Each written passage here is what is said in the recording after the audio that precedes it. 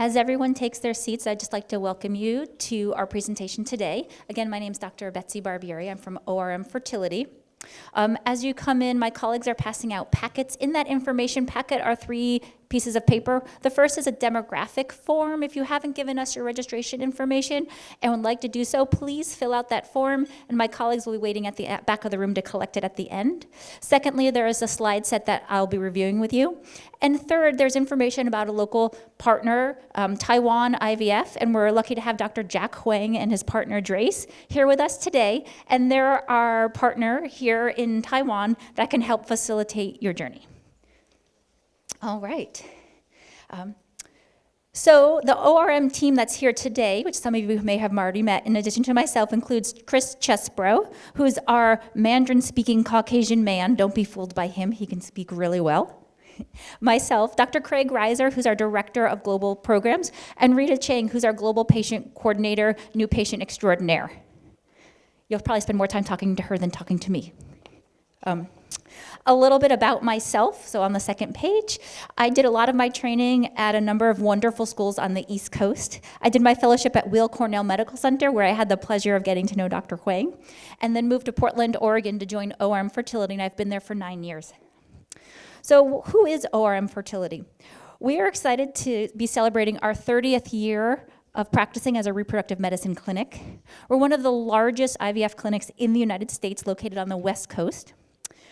We have the largest and most successful egg donor surrogacy IVF program in the US. We really cherish our work with our LGBT families from Portland and from around the world, and we've had the opportunity to work with patients from over 30 countries worldwide. We have an in-house donor database that we'll talk about. People often say, why are you so successful? And we quote our embryology and our clean room. We have in-house genomics in our IVF lab. And not only do we have offices in Portland, but also Seattle, Shanghai, and Tel Aviv. Maybe one day, Taipei. Our team at ORM, we have a pretty large team. We're lucky to have 7 physicians, so 7 reproductive endocrinologists, 8 embryologists, these are the scientists who work with egg and sperm, 5 genetic counselors to help you with that complicated part of the process, a 25-person egg donor surrogacy specialist team, as well as 10 Mandarin-speaking team members. And in total, we have over 140 people who are dedicated to help you on this process. And what is this process? Well, very simply, our mission is to grow families. We're a talented team of experts who help grow families for people from around the world, and we're delighted that we can do so. We feel really strongly about our safe surrogacy program. So we do not provide surrogates ourselves. We're the IVF clinic, but we partner with many surrogacy agencies, and there's several wonderful agencies here today. We do medical screening on the surrogates to make sure that the woman you will be matched with is safe and healthy to go through the process. We can also recommend and help you pick an agency, particularly an agency that has experience of working with intended parents from Asia, to make this process as seamless as possible. We do have our own in-house donor database. So when you think about this process, you kind of need 3 parts from the medical standpoint. You need your IVF clinic to do the egg and sperm combination to make the embryo, you need the egg from the egg donor, and you need the uterus for the surrogate to carry the pregnancy. We have our own in-house donor database. We have about 150 donors. All of these donors are pre-screened, meaning that they've had infectious disease testing, psychological screening, genetic testing, genetic family consultation, so a full evaluation. We only end up accepting 7% of all women who apply to be our donors. So we feel like we're trying to identify the best woman to provide eggs to help you grow your family. Because all of the donors are pre-screened, ultimately it makes the process less expensive, faster, and more certain, because the donor you matched with will be moving forward. We're very proud of the success rates we can offer you with our donors. So looking at the egg donation, gestational carrier, or surrogate embryo transfer cycle, at ORM, when you transfer 1 embryo, 69% of the time that will result in a live birth. Live birth is really the most important statistic, because that means, am I going to walk out of the hospital with a baby or not? When you transfer just 1, there still is a very small chance of twins. That 1 embryo might split into 2. If you transfer 2 embryos, obviously the success rate is higher, 88% live birth rate. However, 65% of the time you will end up with twins, which is not necessarily ideal, both from a pregnancy health standpoint and then as a new parent standpoint. Trust me on that one. So our recommendation is to transfer one. Just start one at a time. Genetics is a developing field and becoming more and more important in reproductive medicine. Olive Zhu is one of our 5 genetic counselors. She speaks Mandarin and would be working with you directly, both in talking about genetic testing available for you and your partner and your egg donor to make sure you're genetically compatible. So kind of pre-screening to help give you as healthy a baby as possible, as well as screening of your embryos called PGTA to allow us to identify the best embryo that will give you the highest chance of resulting in a baby. So what is this terminology, PGTA? PGTA is just simply the new term for what we used to call PGS or CCS. Every year they change the terminology. It's the genetic testing we do on embryos once they are created. We can biopsy the embryo, so remove a couple cells from the outside of the embryo, and then we freeze the embryo so the embryo is safe in our lab. We can then analyze the DNA from those cells to say, even though this embryo looks beautiful, is it truly healthy? Does it have 46 chromosomes? So it could make a good, healthy baby. Or does the embryo have an abnormal number of chromosomes? Meaning, if we transfer that embryo into your surrogate, she's going to miscarry or it's not going to work. Once we identify the embryos that have the right number of chromosomes, that gives us a better chance of picking the right embryo, so your surrogate only has to go through a transfer once, and you can end up with a baby. Of our international patients using surrogates, 99% of them elect to do this extra testing. So when we do that extra testing and looking back at kind of the ORM live birth rates compared to the national average, and you can look at this and verify this through a filtering system, such as the SART database or the CDC database, consistently ORM is proud to show that our success rates are significantly higher, 66% live birth rate, than the national average of 54% live birth rate, transferring one embryo from an egg donor into a surrogate. And for those of you who received our QR codes, and if you haven't gotten one, again, my colleagues at the back of the room have them for you. The QR code will lead you to a 20-page document talking about egg donation gestational carrier process, and in that includes a very specific document on how to filter through all of these databases, such as the SART and the CDC, so you can truly understand what are all these statistics that all the different doctors are talking about today. So today you're getting a lot of information. You're meeting many wonderful doctors and clinics from around the US. Our philosophy is that if you're going to get on a plane anyway to do this treatment, we really want you to choose the best. And we believe that at ORM Fertility, we can offer you the highest live birth rate, the largest and most successful donor egg surrogacy program with the most experience, and as well as a local testing option with Taiwan IVF to get you started to minimize that amount of time you need to be spending in the States. So thank you so much for your time and attention. I'll be available for questions immediately after this. But we will love to talk to you at the expo. And so afterwards, if you don't have a chance to speak now, we'd love to see you and talk to you more. Also, we'll have time for one-on-one consults later on tonight and tomorrow. Thank you. So if the sperm provider was 51, would that increase the chance of autism in the baby?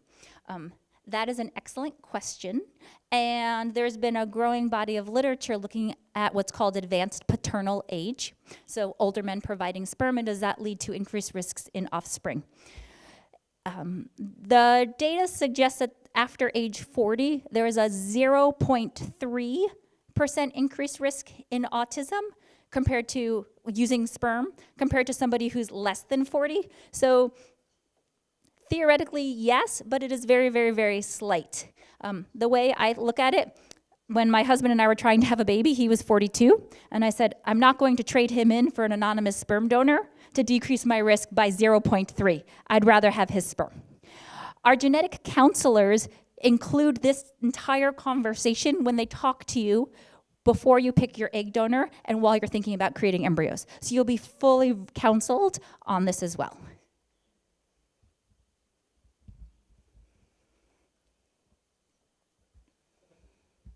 Any other questions? Oh, there's one in the back.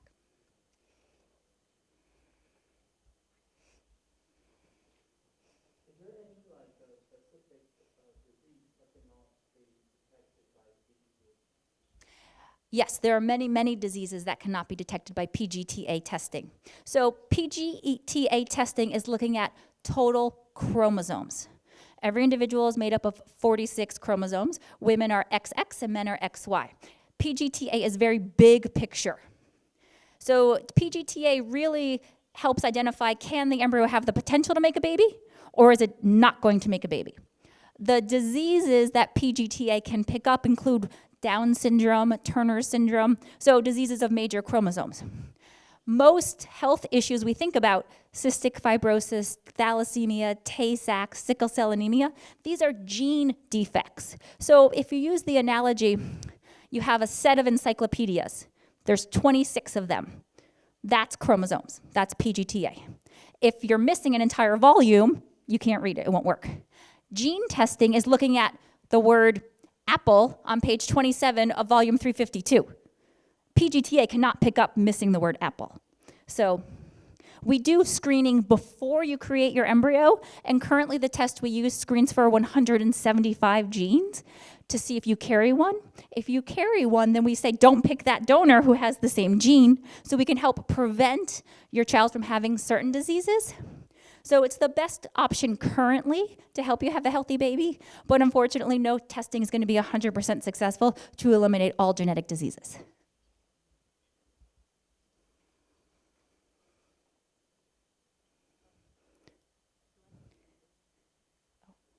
No, I think they should have that. Yeah. Any other questions? Oh, one in the back.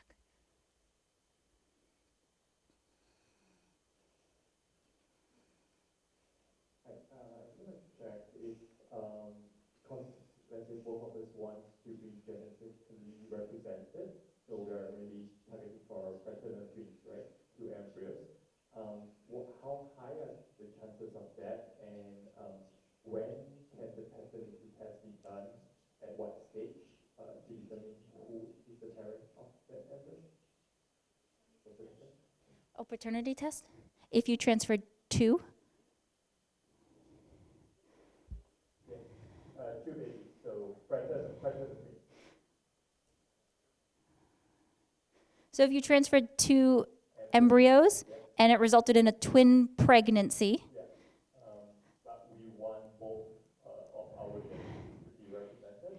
yes. So how far along in the pregnancy can we Do that to confirm that it actually both embryos implanted instead of one implanting and then splitting early to give you two. That's a great question. There's a handful of different tests that can be done. Probably the earliest that can be done safely would be after 10 weeks of pregnancy. So you can do it then. You can also wait until the babies are born and then test postnatally and test each one of them. It just, as a word of caution, it is not common for international patients to transfer two embryos because while the success rate is high, the risk of twins is very high, and twins have an increased risk of preterm delivery. And preterm delivery means delivering early means the babies stay in the hospital for a long time. Babies in the hospital for a long time means a really, really, really big bill for you because it's very hard to get insurance coverage for babies in the hospital. Most surrogates are not interested in carrying twin pregnancies, and so if you really, really want twins, it's important to have the right agency that can help you get insurance, and the wait time to be matched with a surrogate would take longer. Although more expensive in the short term, it is safer to have two surrogates, one for you and one for your partner, than to put two embryos into one.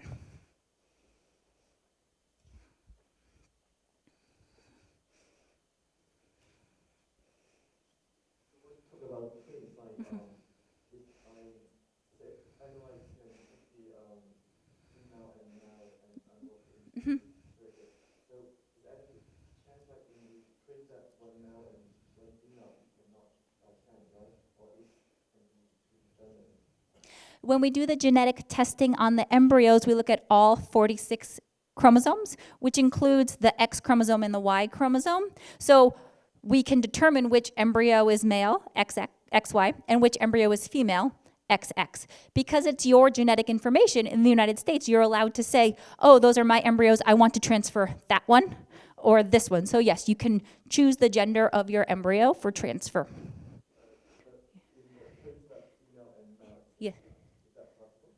if you transferred 2 embryos, you can transfer 1 male and 1 female. And it could end up being twins if you put in 2, 1 of each. Again, it's going to be very difficult to find a surrogate who will want to carry twins for an international patient. And I'm not saying that just to be mean.